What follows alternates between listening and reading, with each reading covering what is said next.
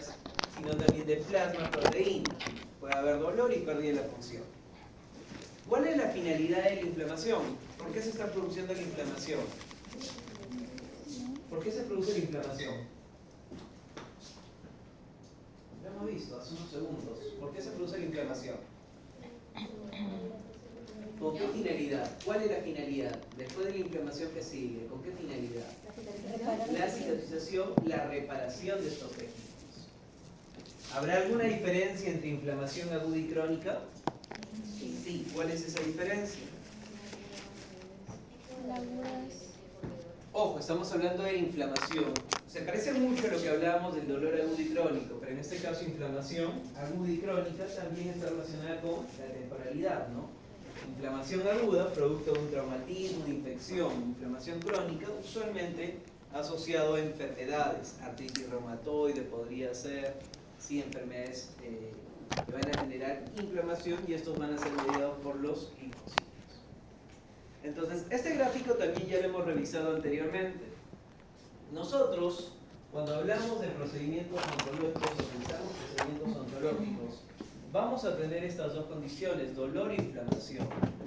En una escala del 0 al 10, 0 es ausencia y 10 vendría a ser el máximo dolor o la máxima inflamación. ¿Cuál vendría a ser nuestra primera opción de tratamiento? ¿Cuál es nuestra primera opción de tratamiento, jóvenes?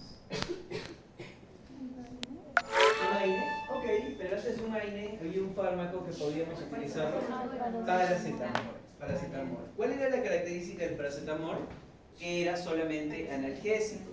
Yo podría administrar hasta 4 gramos de paracetamol en un paciente, ¿sí? 4 gramos al día, y en este caso el paracetamol solamente debía cubrir el efecto analgésico, carece de efecto antiinflamatorio.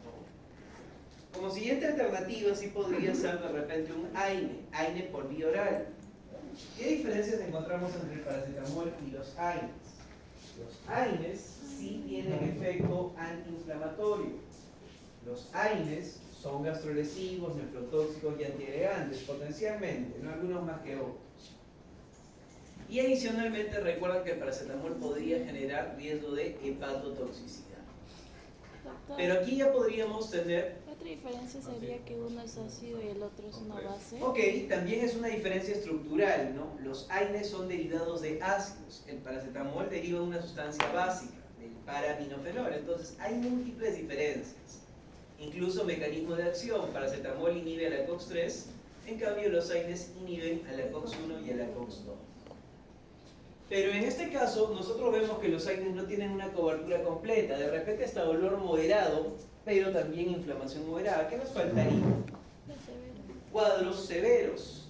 Y en esos casos se podría emplear o bien opioides para aliviar el dolor, o bien corticoides para aliviar la inflamación.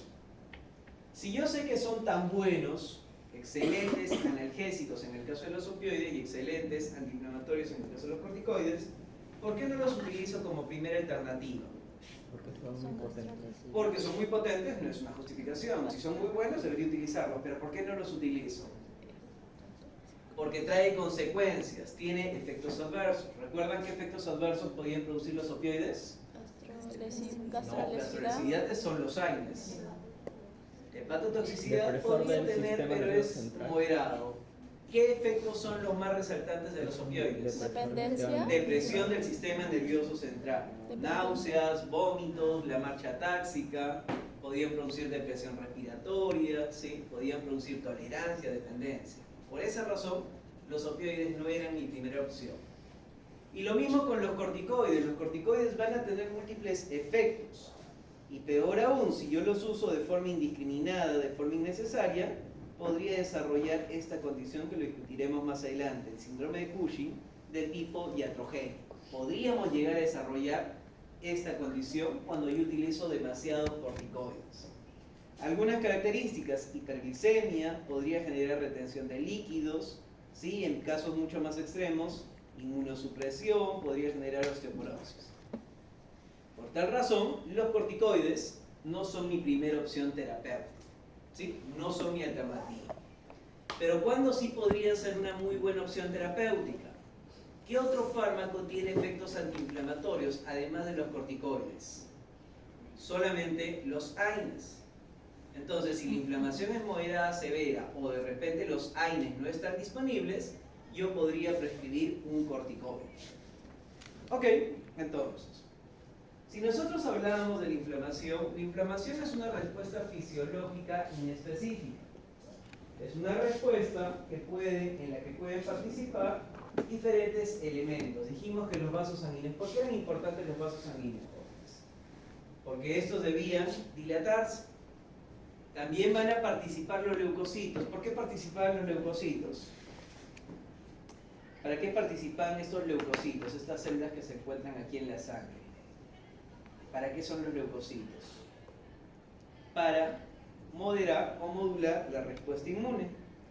Y también necesitaremos de algunas proteínas, como son las interleuquinas, pero todos estos van a, digamos, actuar con una sola finalidad: reparar el tejido dañado. Entonces, aquí hay otro gráfico muy similar. El paciente acaba de sufrir una herida, una lesión. ¿Y qué sucede cuando lesionamos ese tejido? Vamos a desarrollar inflamación. ¿Y de qué manera? Inicialmente, las células que se encuentran en este tejido, como podrían ser los macrófagos, liberan señales. ¿Para qué? Para que el vaso sanguíneo se dilate. Y si hay dilatación, ¿qué observamos en esta imagen, jóvenes? ¿Qué observamos cuando hay dilatación? ¿Ven un pequeño espacio? ¿Sí? ¿Sí? Se empiezan a formar fenestras o pequeños espacios para que los elementos de la sangre puedan migrar hacia ese tejido dañado. ¿Qué es lo que observamos? Vemos que los leucocitos migran. Los leucocitos pasan de la sangre al tejido dañado. Eso se conoce como quimiotaxis. Puedo observar que también algunas proteínas van a llegar desde la sangre hacia los tejidos. E igualmente todos tienen como finalidad, ¿qué cosa? Reparar a este tejido dañado.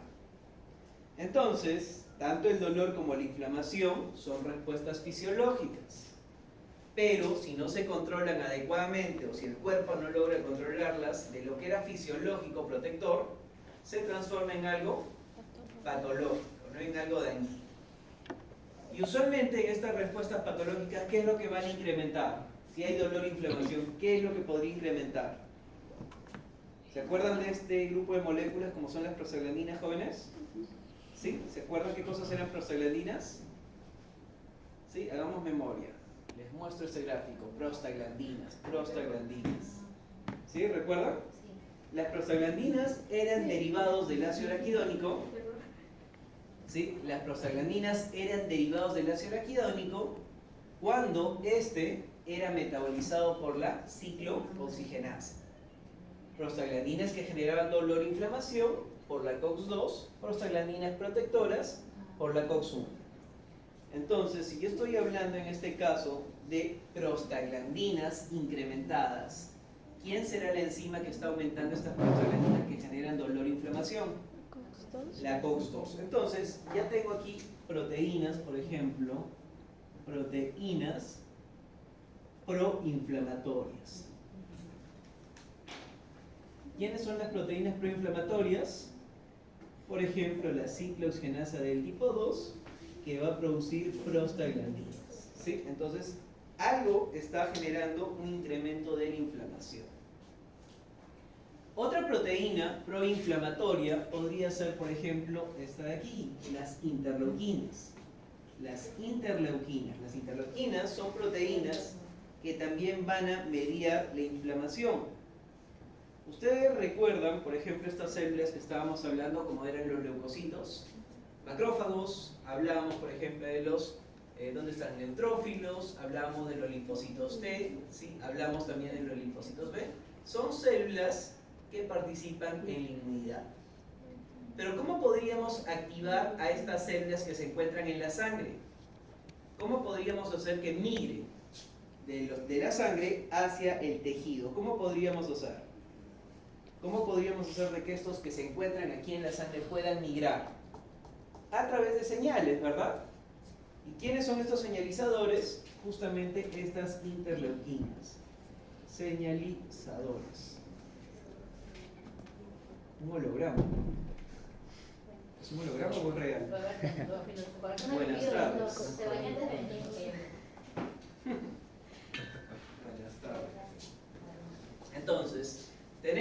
a las interleuquinas, que también son proteínas que generan inflamación. Van a ser proteínas señalizadoras, ¿no? Para que haya una mejor respuesta inmune. ¿Qué otra proteína más podría ser importante que va a generar inflamación? Por ejemplo, esta proteína, una enzima llamada sintasa de óxido nítrico. Sintasa de óxido nítrico. ¿Sí? Sintasa de óxido nítrico, que vendría a ser la INOS. ¿Sí? La sintasa de óxido nítrico. Sí, entonces tenemos a la sintasa de óxido nítrico, esta de aquí, que es una enzima. ¿Y qué es lo que hace esta enzima? Esta enzima lo que hace es producir óxido nítrico. Aquí tenemos a la enzima en amarillo, sintasa de óxido nítrico. ¿Qué hace? Produce el óxido nítrico a partir de un aminoácido. ¿Y cuál es la importancia de este óxido nítrico? ¿Por qué será tan importante? ¿Cuál es el efecto que produce? La vasodilatación. Primera pregunta que se les hizo al inicio. ¿Qué efectos podría tener la vasodilatación? ¿Cuál es la consecuencia de que un vaso sanguíneo se dilate? ¿Cuál es la consecuencia? ¿Cuál es la consecuencia, jóvenes, si hay vasodilatación? Va a poder pasar los nutrientes. ¿Cuál era el efecto de la vasodilatación? ¿Qué pasaba si un vaso sanguíneo se dilataba? Por ejemplo, sufre un golpe, el vaso sanguíneo se dilata. ¿Qué va a suceder? Se va a inflamar. ¿Y cómo yo sé que hay inflamación? Porque va a haber, primero me dijeron, rubor.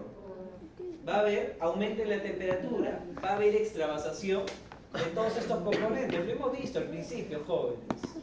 Entonces, ¿cuál es la consecuencia de esta sintasa de óxido nítrico? ¿Qué pasaría si aumenta la sintasa de óxido nítrico? ¿Cuál es la consecuencia? Vamos a tener vasodilatación. Vamos a tener vasodilatación. Claro, la vasodilatación primero genera edema. La vasodilatación va a generar rubor. La vasodilatación puede generar también calor. La vasodilatación permite la quimiotaxis. ¿Qué cosa era la quimiotaxis? La migración de los leucocitos de la sangre, ¿hacia dónde? Hacia los tejidos. Y de esa manera podríamos tener más efectos. Todo producido por la vasodilatación. Y también pueden haber incremento de algunas proteínas como son las bradykininas. Bradykininas que van a generar dolor, son mediadores del dolor, son los primeros. Entonces, si normalmente teníamos un efecto local, incluso podríamos tener un efecto más exagerado, ¿no? Un efecto sistémico. Pregunta, jóvenes, si ustedes quisiesen reducir la inflamación, ¿qué tendríamos que hacer con estas proteínas? ¿Aumentarlas o disminuirlas? Deberíamos disminuirlas, ¿verdad? Deberíamos disminuirlas. Y oh sorpresa, adelantándonos un poquito, porque vamos a verlo dentro de un rato.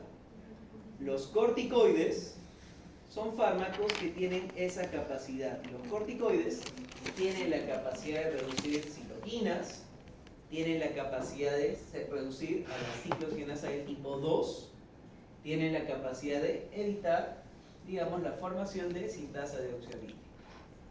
¿Vamos a tener todas estas respuestas? No. Ese es el efecto de los corticoides. Los corticoides tienen mecanismos mucho más potentes. Entonces, recordando un poco, antes de avanzar con esto, recuerden muy bien que tanto el dolor como la inflamación pueden ser cuantificables. En el caso del dolor, ¿cómo podríamos cuantificar el dolor, jóvenes? ¿Cómo podríamos cuantificar el dolor? A través de escalas visuales o escalas verbales numéricas. Por ejemplo, la escala visual analógica. Podríamos tener también las escalas faciales. La escala de Wong y Baker, por ejemplo, ¿sí? Wong como la tienda, Baker, Wong, Baker. Y también, ¿cómo podríamos evaluar la inflamación? ¿Cómo podríamos evaluar la inflamación? Contorno facial, ¿no? El contorno facial.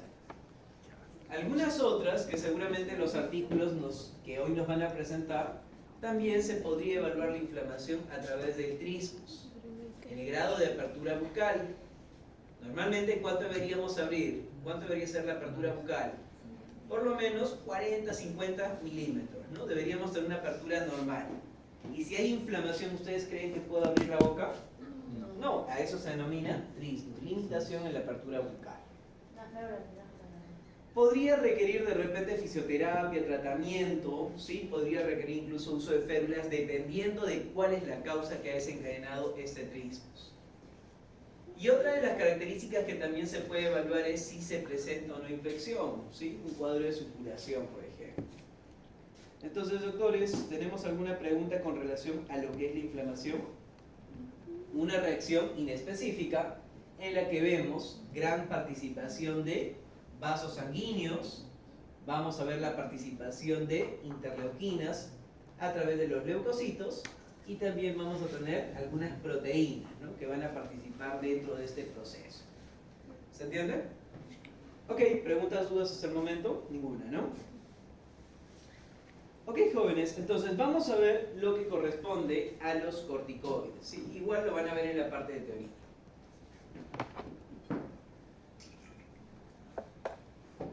Por ejemplo, si hablamos de corticoides, hay dos grandes grupos de corticoides que nosotros podríamos destacar. Hay corticoides endógenos, pero también hay corticoides exógenos. ¿Cuál es el corticoide endógeno? En este caso vamos a tener al cortisol. Cortisol. ¿Qué cosa es el cortisol? Una hormona que mis glándulas suprarrenales producen. Anatómicamente, ¿recuerdan a los riñones? Esos órganos que parecen frijolitos, pero esos tienen un sombrerito, ¿verdad? Esa es la glándula suprarrenal que va a producir cortisol. Pero también nosotros tenemos fármacos, como podrían ser los corticoides, de acción corta, de acción intermedia,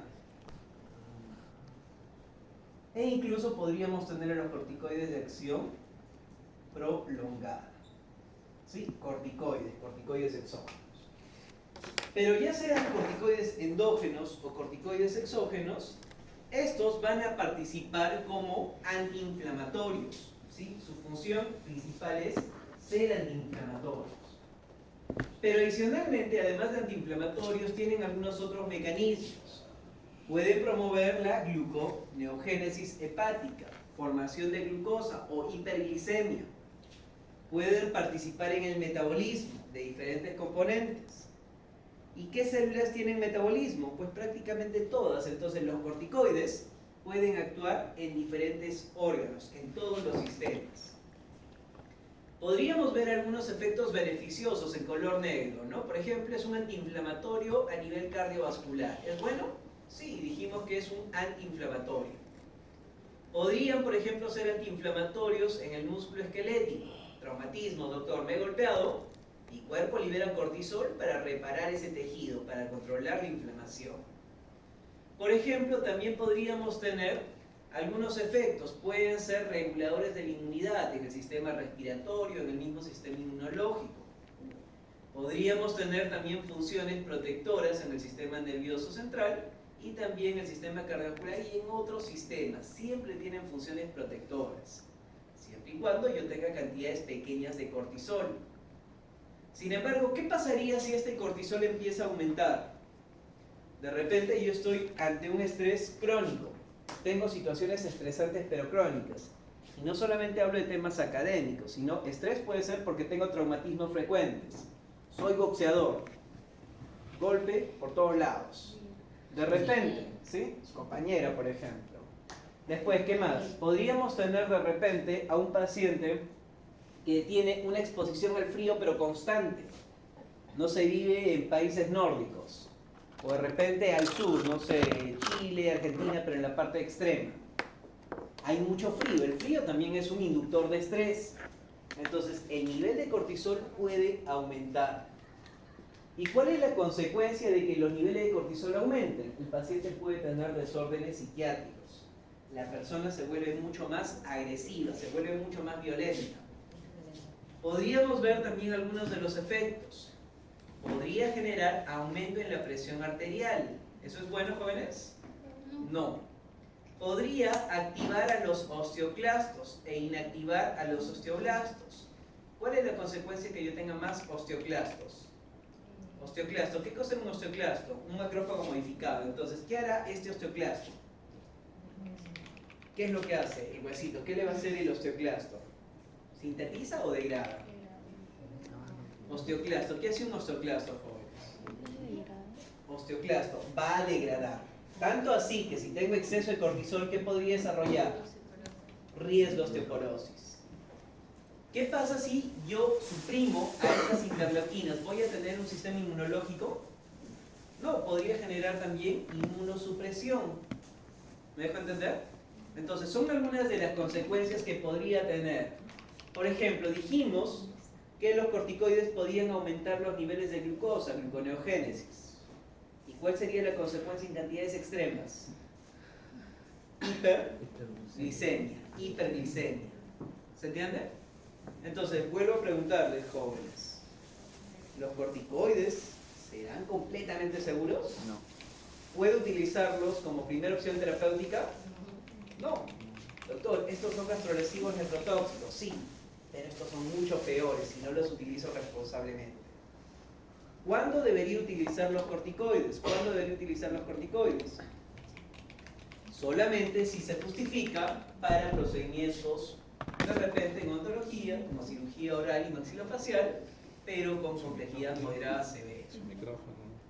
Podríamos tener también, por ejemplo, para situaciones de anafilaxis, o incluso también para algunas otras condiciones médicas, ¿no? Al ser inmunosupresor, podría utilizarse para evitar el rechazo de órganos. Como es un antiinflamatorio, podría utilizarse para artritis reumatoide, asma bronquial, o incluso para pacientes que no producen cortisol, ¿no? Porque de repente no tienen esta glándula suprarrenal, entonces necesitan terapia de reemplazo. Entonces, jóvenes, como ya habíamos adelantado, los corticoides se van a clasificar en estos tres grupos: acción corta, acción intermedia y acción prolongada. ¿Reconocen alguno de estos fármacos? ¿A quién reconocemos? Prednisona y dexametasona. Prednisona, dexametasona, metilprednisolona y glucortisona, ¿no? Son fármacos que hoy día van a presentar en los seminarios. Entonces, ¿qué debemos recordar de estos corticoides? Son de acción corta porque su tiempo de vida media oscila, o su tiempo de vida media biológica es entre 8 a 12 horas. De acción intermedia porque va a ser de 12 hasta 36 horas.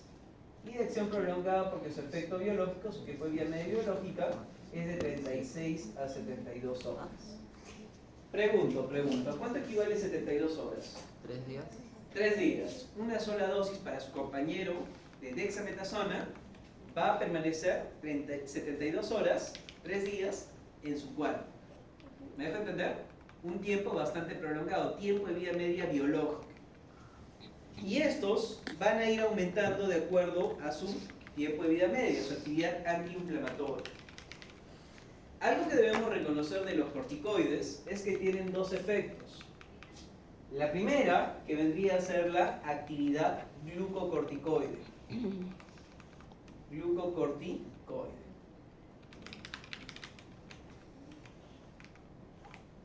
¿Sí? La actividad glucocorticoide. ¿Qué quiere decir la actividad glucocorticoide? Su actividad antiinflamatoria. ¿Sí? Su actividad antiinflamatoria. ¿Y qué podríamos observar en este caso, jóvenes? ¿Quiénes son los que tienen mejor actividad antiinflamatoria comparada con el cortisol? ¿Quiénes tienen una potencia antiinflamatoria? El cortisol tiene de uno: dexametasona y betametasona. ¿Y a qué grupo pertenecía dexametasona y betametasona? A los de acción prolongada. Estos de aquí tienen una mejor actividad glucocorticoide. ¿Quiénes le siguen? Los de acción intermedia. Los de acción intermedia son 4 veces más potentes que el cortisol endógeno. Y obviamente los de acción corta tienen una actividad muy similar. Pero ¿cuál sería el otro efecto adverso? ¿Cuál era el otro efecto que a mí me preocupaba? ¿Se acuerdan? Osteoporosis. ¿Qué dice aquí? Osteoporosis. Que puedan generar aumento de la presión arterial. Y esa actividad de generar un aumento en la presión arterial se conoce como actividad mineralocorticoide. Actividad mineralocorticoide. ¿Qué quiere decir? Que puede retener sodio, que puede retener agua y como consecuencia puede aumentar la presión arterial. ¿Sí? ¿Se entiende? Entonces, pregunto, ¿quién tiene una nula capacidad para retener sodio, retener agua y aumentar la presión arterial? ¿Quién? Dexametasona y betametasona. Entonces, si ustedes destacan, los de acción prolongada tienen un tiempo de vida media de 36 a 72 horas. Tienen una actividad glucocorticoide bastante potente y tienen una actividad mineralocorticoide nula o muy reducida. ¿Se entiende por qué usualmente entre los esquemas terapéuticos que escogemos nosotros tiene que ser o bien dexametasona o bien betametasona? ¿Sí? ¿Se entiende? Sí, porque tiene un tiempo de vida media biológica muy prolongada, tiene actividad glucocorticoide muy potente y su actividad mineralocorticoide, ¿cómo era? ¿Cómo era la actividad mineralocorticoide? Retención de sodio, retención de agua, ¿cómo era? En este caso, ¿cómo era? Bastante reducida o nula. ¿Sí? ¿Se entiende, jóvenes?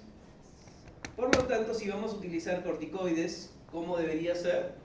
De manera controlada. ¿Por cuántos días? Máximo 3 días. Si puede ser una sola dosis, excelente. Pero como máximo 3 dosis. Preferiblemente hay que utilizarlas solamente si son necesarias. ¿Y cuándo sería esa situación? ¿Cuándo es una condición estrictamente necesaria? ¿Cuándo justificarían el uso de corticoides? ¿Qué grado de inflamación debería tratar? Severa. Moderada, severa. ¿Y la otra cuál sería? Cuando no tengo otra alternativa. Alérgico a los AINES. ¿Sí? ¿Se entiende? Entonces, jóvenes, basándonos en ello, y tenemos los efectos adversos de si no hacen caso a esa recomendación. Podría producir el síndrome de Cushing, que dijimos que es un incremento de cortisol o incremento de corticoides o glucocorticoides. Va a generar hiperglicemia, puede generar retención de líquidos, aumento de la presión arterial, usualmente estos aún en dosis pequeña. Pero ya cuando utilizamos más allá de los 5 o hasta 7 días, podría producir inmunosupresión, podría producir osteoporosis, podría generar cambios en la personalidad, entre otros efectos. Por lo tanto, hay que tener bastante cuidado. ¿Preguntas, dudas, jóvenes? ¿Todo claro? ¿Sí? Ok, entonces, si ya hemos visto diferentes opciones de tratamiento, ahora vamos a ir integrándonos. Aquí ustedes pueden ver diferentes procedimientos que van a realizar, ¿sí?, en su práctica clínica. De repente, procedimientos como exoncias simples, exoncias complejas, por ahí colocación de implantes, elevación de pisos senomaxilares, extirpación de adenoma, tumoraciones. Pregunto, ¿todas estas me van a producir el mismo grado de dolor e inflamación? No, de repente cuando hay exoncia simple, el dolor es de baja intensidad. También puede depender del rango del dolor de la persona. Por eso dependería mucho del umbral del dolor del paciente y podría depender también de la intervención que voy a realizar. El tiempo quirúrgico, hay diferentes factores que debo tomar en cuenta. Entonces les vuelvo a preguntar, ¿cuál sería la primera opción si queremos tratar dolor de baja intensidad? ¿Cuál sería la primera opción de tratamiento? Paracetamol o aire, ¿no? Entonces, aquí por ejemplo tenemos situaciones como podría ser pacientes con pulpitis reversible, pacientes sometidos a exoncias simples, o de repente el dolor producido por activación ortodóntica.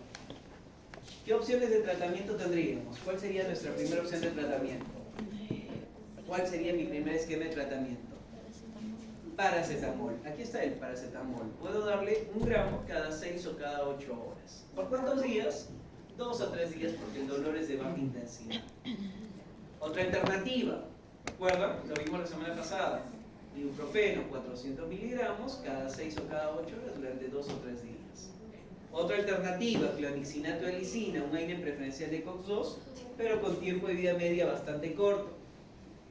por lo que se podría utilizar 125 miligramos cada 6 horas durante 2 o 3 días. ¿Qué pasaría si ahora tenemos una condición que presenta dolor e inflamación moderado? Dolor e inflamación moderada. Dolor e inflamación moderada. ¿Quién me cubre dolor e inflamación moderado? Un aire. Un aire. Obligatoriamente un aire. Entonces, ¿qué esquemas tenemos? Si vamos a utilizarla por vía oral, ¿qué opciones podríamos tener? Por ejemplo, para un absceso dentalveolar, para un cuadro de pulpitis irreversible, colocación de implantes unitarios. Algunas de estas condiciones van a ser para el caso clínico, ¿no? Paciente mujer de 25 años, requiere una atención por pulpitis irreversible. Paciente de 30 años, requiere la colocación de un implante. Paciente que acude con un absceso dentalveolar, ¿qué alternativas de tratamiento podría tener? ¿Qué alternativas podría tener? ¿Qué AINE escogería primero? ¿Cuál de todos los AINES hemos comentado primero? Diclofenaco. Podría ser diclofenaco por vía oral, solo asociado al paracetamol o asociado a la vitamina del complejo B.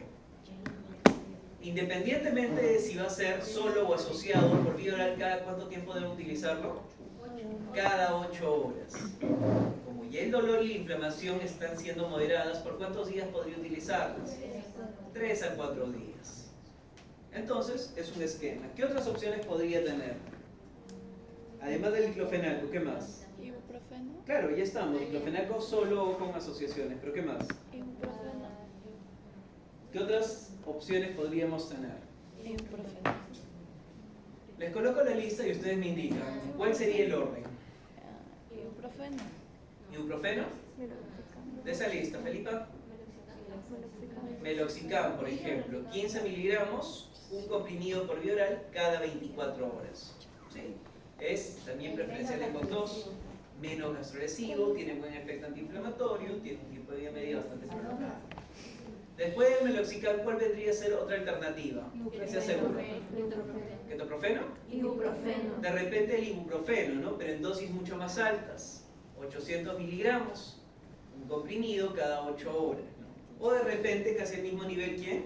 El ketoprofeno, 100 miligramos cada 8 horas durante 3 o 4 días. ¿Y qué más? Por ejemplo, ¿podríamos utilizar también el naproxeno, jóvenes? ¿Podríamos utilizar el naproxeno? Muy gastrolesivo. No, ¿verdad? ¿Por qué no? Porque es muy gastrolesivo, es el más nefrotóxico, gastrolesivo y antiagregante plaquetario. Entonces no se debería utilizar. ¿Y por qué el ketorolaco no está en la lista? Porque es mucho peor, ¿no? Es mucho peor. Entonces, Y aún así, en naproxeno como Pronax. claro, Apronax, por ejemplo, el naproxeno o incluso también el ketorolaco, ¿no? Analgesia también todavía se sigue utilizando. Pero si regresamos al concepto del ketorolaco, jóvenes, ¿qué recordábamos del ketorolaco? ¿Qué recordaban del ketorolaco? Igual, gastrolesivo, nefrotóxico, antiagregante, pero con un excelente efecto analgésico comparable con el tramadol. Pero, ¿cómo lo utilizaría? A dosis única, ¿no? Podría ser dolor postquirúrgico inmediato, pero a dosis única. Ok, ¿y qué pasaría si de repente tenemos situaciones como procedimientos quirúrgicos, dolor postquirúrgico, celulitis odontogénica, traumatismo maxilofacial? Hasta el momento hemos utilizado solamente por vía oral. Podríamos utilizar combinaciones, pero entre la vía intramuscular y la vía oral. Si mi esquema de tratamiento dice que puedo utilizar hasta 5 días, día 1, día 2, día 3, día 4 y día 5. Día 1, intramuscular. Día 2, por vía oral. Día 3, día 4 y día 5 puedo administrarles por vía oral, ¿verdad? O de repente podría administrar el día 1 intramuscular, día 2 intramuscular, pero el día 3, día 4 y día 5 por vía oral. Si ya mi tratamiento con AINES puede ser hasta 5 días, puedo dividirlo de esa manera. Por ejemplo, aquí tenemos algunos esquemas. ¿Qué esquemas tenemos? Diclofenaco. Diclofenaco por vía intramuscular, ¿cuál es el esquema, jóvenes? Cada 12 horas, 75 miligramos. ¿Sí? El primer día. Luego de 8 horas, ¿qué puedo hacer? Continúo con la vía oral. Diclofenaco solo, diclofenaco con paracetamol, o incluso también podría utilizar la otra combinación que vendría a ser el diclofenaco con vitaminas del complejo B.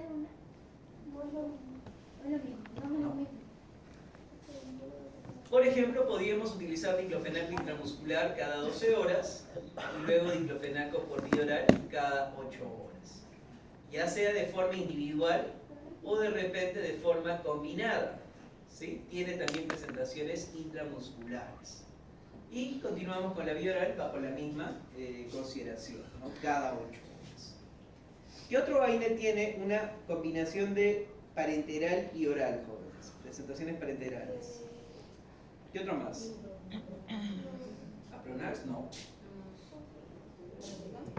Meloxicam, por ejemplo, tiene ampollas de 15 miligramos y este se puede utilizar cada 24 horas. Primer día intramuscular o, si es necesario, 2 días.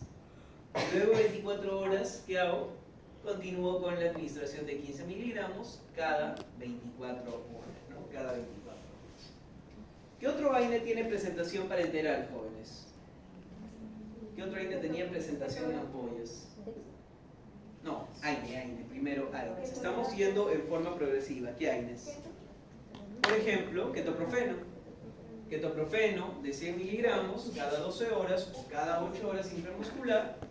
Y luego continuamos con ketoprofeno, también de 100, cada 8 horas por vía oral. ¿Me dejo entender? Entonces estamos yendo de lo más simple a lo más complejo. Jóvenes, y si por alguna razón nos encontramos ante esta situación, paciente alérgico a los AINES, o de repente condiciones donde el dolor e inflamación son moderadas a severas, ¿qué podríamos hacer?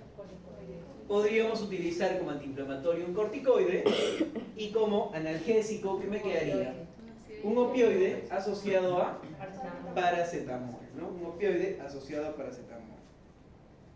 Entonces, como esquema también podríamos tener a los corticoides como dexametasona, que se puede administrar entre 4 o 8 miligramos cada 24 horas, o mejor aún en dosis únicas por vía intramuscular, para aliviar la inflamación. ¿Qué me faltaría?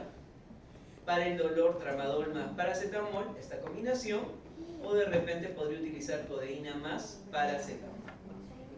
¿Y por qué la dexametasona es un potente antiinflamatorio? ¿Cuál era el mecanismo de acción? ¿Por qué la dexametasona es un potente antiinflamatorio? Porque lo que van a hacer es suprimir genes para evitar la síntesis de estas proteínas proinflamatorias. Recuerden, los corticoides son de naturaleza lipídica. Van a ingresar al interior de la célula, van a atravesar esta membrana celular, se unen a su receptor y van a ingresar al núcleo. ¿Y qué encontramos en el núcleo, jóvenes? ¿Qué encontramos en el núcleo de una célula? Agua. Además de agua, ¿qué encontramos? ADN o ARN. Encontramos material genético, tenemos ADN, tenemos genes. Por ejemplo, si yo tengo esta pequeña porción de ADN, este gen, gracias a este gen, yo puedo sintetizar esto, COX-2. Voy a coger otro pedacito. Este pedacito me va a permitir sintetizar interleuquinas. Si yo cojo otro pedacito de repente del ADN, me va a permitir sintetizar estas enzimas. ¿Qué hará el corticoide entonces? ¿Qué va a producir este corticoide que ingresa con su receptor? ¿Va a activar estos genes o va a inactivar estos genes? Va a inactivarlos. Entonces los corticoides pueden producir transrepresión génica. Transrepresión de genes responsables de la síntesis de proteínas proinflamatorias. ¿Se entiende? ¿Sí? Pero también pueden observar que aquí puede incrementa la expresión de lipocortinas. ¿Qué creen que sean las lipocortinas? ¿Proinflamatorias o antiinflamatorias? Claro, si tengo proteínas proinflamatorias, también podría tener proteínas antiinflamatorias. ¿Cómo podría ser, por ejemplo, que las lipocortinas? ¿Sí? Tengo proteínas antiinflamatorias. ¿Y qué era el corticoide entonces? Si produje transrepresión, ¿qué faltaría? Transactivación.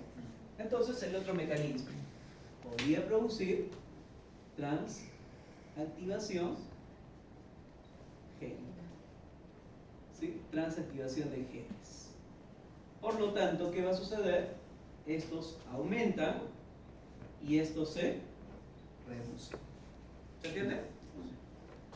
Y finalmente, jóvenes, basándonos en los esquemas, como dijimos, los corticoides, en lugar de hexametasona podríamos utilizar de repente betametasona. En lugar de tramadol también podríamos tener otro esquema. ¿Con quién? Con CODE-I. Combinaciones aceptables. ¿Cuáles serían combinaciones aceptables? ¿Cuáles son combinaciones que sí puedo realizar? Paracetamol ¿con quién? Con cualquier AINE. ¿Qué otra combinación? Paracetamol con cualquier opioide. ¿Qué más? Paracetamol con cualquier corticoide. Puedo combinar AINE más opioide o corticoide más opioide. ¿Cuáles no debería combinar? Opioide más opioide, AINE más AINE, corticoide más corticoide, pero tampoco debería combinar un corticoide más un AINE. ¿Por qué razón? ¿Recuerdan? Incrementa en la gastrolesividad.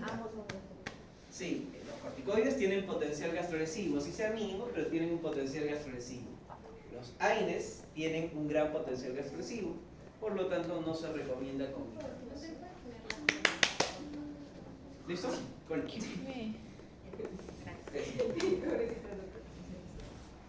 ¿Listo, jóvenes? Entonces, no sé si tengan alguna pregunta, duda. ¿Ninguna? ¿Listo? Ahora sí. Ahora sí. A ver, jóvenes, vamos con el seminario. Ya, de una vez. Siguen ustedes. No hay break, cero break. No hay break. ¿Qué lo pongo? ¿Ahorita? ¿Cómo se lo pongo? Bueno, vale. Igual no nos toca exponer ahí. ¿Qué le toca exponer ahí? No sé. A Brenda, supongo. Lo que sí me acuerdo. Hija, te toca exponer aquí. Hija. Perdón. Qué abuso. Abran su presentación, por favor, jóvenes.